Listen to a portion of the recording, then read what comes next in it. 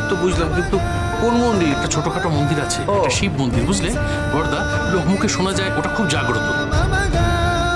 ওখানে পুজো দিয়ে যদি সেই ফুল পেশেন্টের মাথায় ছোঁয়ানো যায়, পেশেন্ট নাকি জীবন ফিরে যায়, মৃত মানুষও বেঁচে ওঠে, এরকম কথিত আছে। যদি কিছু হয় বড়দা, একবার কি দেখি না ওখানে পুজো দিয়ে, হয়তো ওখানকার ফুলে রোশনি সুস্থ হয়ে যাবে।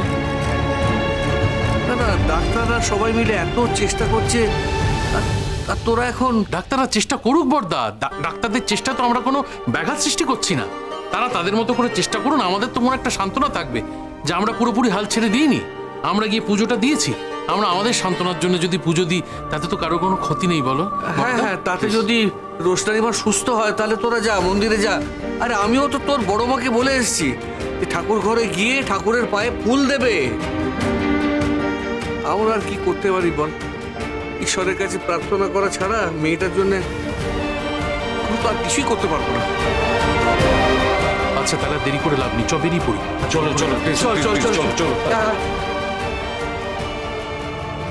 গরিমা, গরিমা এসেছো? কি খবর, কেমন আছে এখন রোশনি? আমি না সত্যি, বিশ্বাস করুন, আমার গোটা জীবনে এত অবিবেচক, এত নির্লজ্জ মেয়ের জন্মের দুটো দেখিনি। সবাই একই জিনিস খেলো, হলো মিস্টার চ্যাটার্জি? আমরা সবাই এক জিনিস খেলাম, কারোর কিছু হলো না, ও হলো কেন? আমি মানছি যে তুই কোনোদিনও এসব দেখিসনি, কিন্তু তাই বলে তো দেখলের মতো খেতে হবে? কোনো মানে হয়? একটা মেয়ের রেকলেসনেসের জন্য আমরা গোটা ফ্যামিলি রাত্রিবেলা ঘুমোতে পারছি না, আমরা বিব্রত হচ্ছে, হ্যারাস্ট হচ্ছে। আপনারা শুধু বিব্রত হওয়াটাই দেখছেন। আপনার যদি এতই প্রবলেম ছিল তাহলে এখানে এলেন কেন?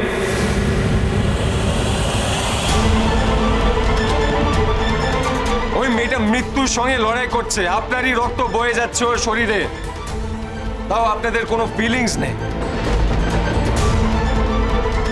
আরে একটু পরে মেয়েটা মরে যেতে পারে, তাও আপনারা ওকেই দোষ দেবেন। তাহলে এলেন কেন? দাঁড়াও দাঁড়াও দাঁড়াও দাঁড়াও, চেঁচিও না। কি বললে? আমাদের ফিলিংস নেই?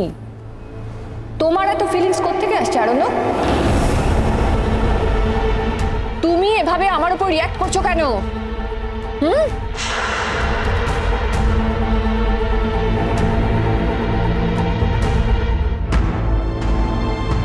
আরণ্যক, আমার মা রোশনের ব্যাপারে বলছে বলে তোমার খুব গায়ে লাগছে, তাই না?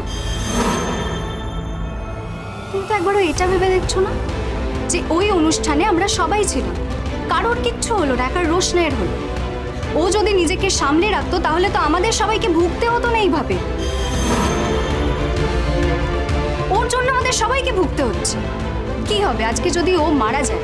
ও তো চলে যাবে এই পৃথিবী ছেড়ে, আর আমাদেরকে ওর জন্য নাজেহাল হয়ে যেতে হবে।